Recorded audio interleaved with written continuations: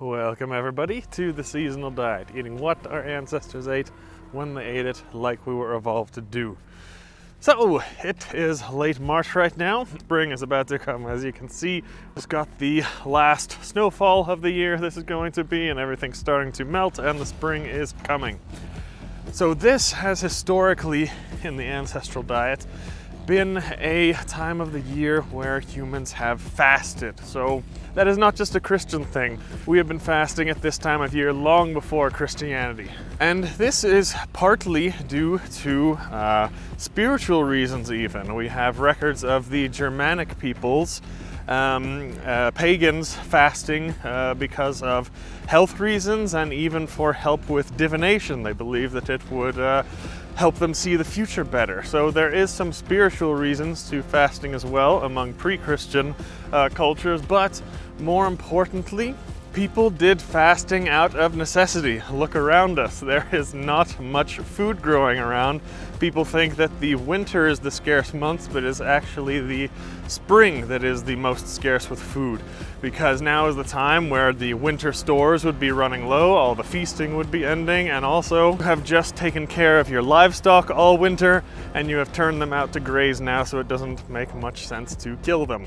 Oh, right about now is the time that our ancestors did fasting, and I have done so as well, so I'm going to give you a few tips if you are doing some fasting around this time.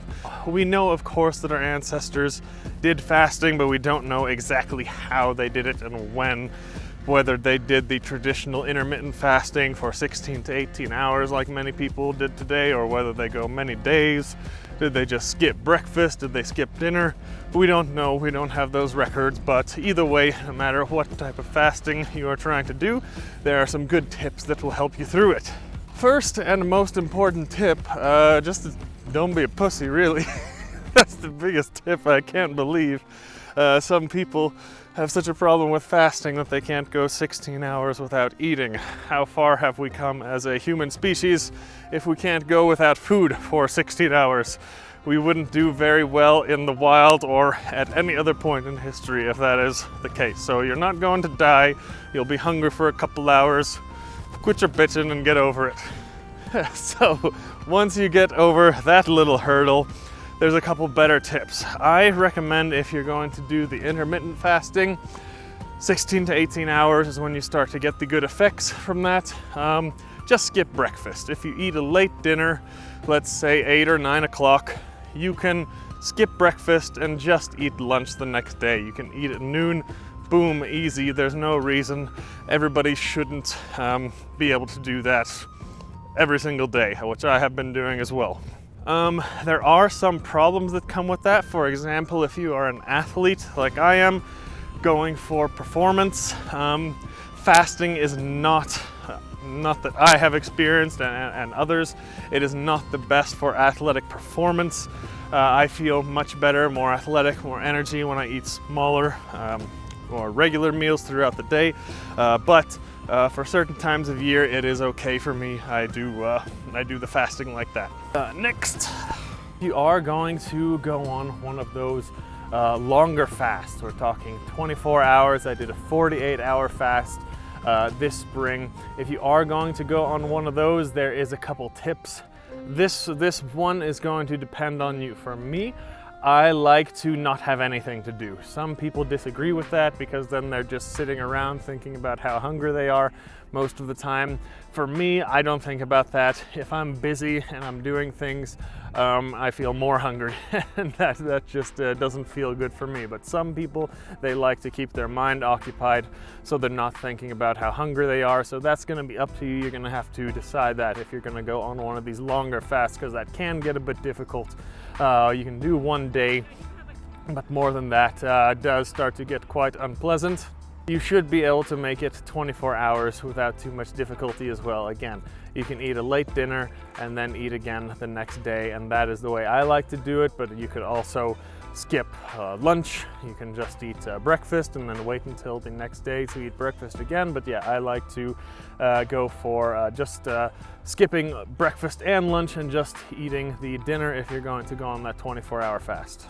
Also, a good tip if you are sore from workouts before, like if you've had some very hard workouts the day before or 2 days before even, that's not going to be the most comfortable time to fast. When I'm fasting, I like to prepare myself and not just do not a whole lot on the day I'm fasting, but the 1 or 2 days leading up to that, because once my body has burnt calories the couple days before, it's going to be even more hungry the day that I am doing the fasting. So I like to take 3 or 4 days where I don't do a whole lot, and I feel that is the most pleasant to get through.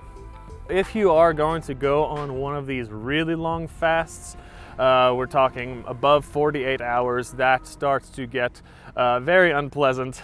You know, it's not the end of the world, you're not going to die, but again, check with your doctor. I'm sure diabetic people, it's probably not healthy for them to do that, but most people are not going to die if they go 2-3 days without eating. Just be sure you drink plenty of water, that is the main tip. You can also add some electrolytes. Electrolytes, as long as they don't have a lot of calories in them, they should only have, 10-20 calories. That's okay, that's going to be all right. That's not going to affect your fast. Same thing with tea and coffee. There's antioxidants in that, there's electrolytes in that, so there's some things that you can do to satisfy yourself, so those really long fasts are not that difficult.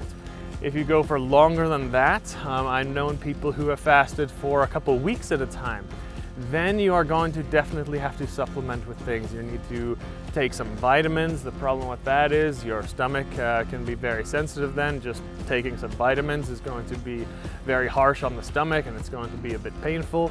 So you can take that with some electrolytes, and there are some other things that you can do to minimize that stomach ache. But that is definitely necessary if you're going to go on one of those long fasts. But that's about it. Hope those tips helped. I did a 48-hour fast this year.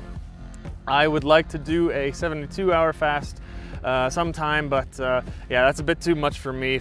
I can do it. It's not a matter if I can or not. It's just I don't want to lose that much weight in the 48-hour fast. I lost more than 10 pounds, and I don't really want to be losing that much because I have a weight I need to maintain for my sport.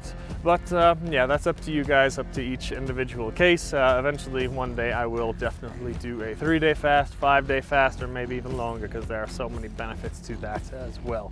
But that's all for today. Hope you enjoyed, and the barren winter months are almost over now, and we will be getting to the spring and summer where the abundant months will be, and have plenty of food then.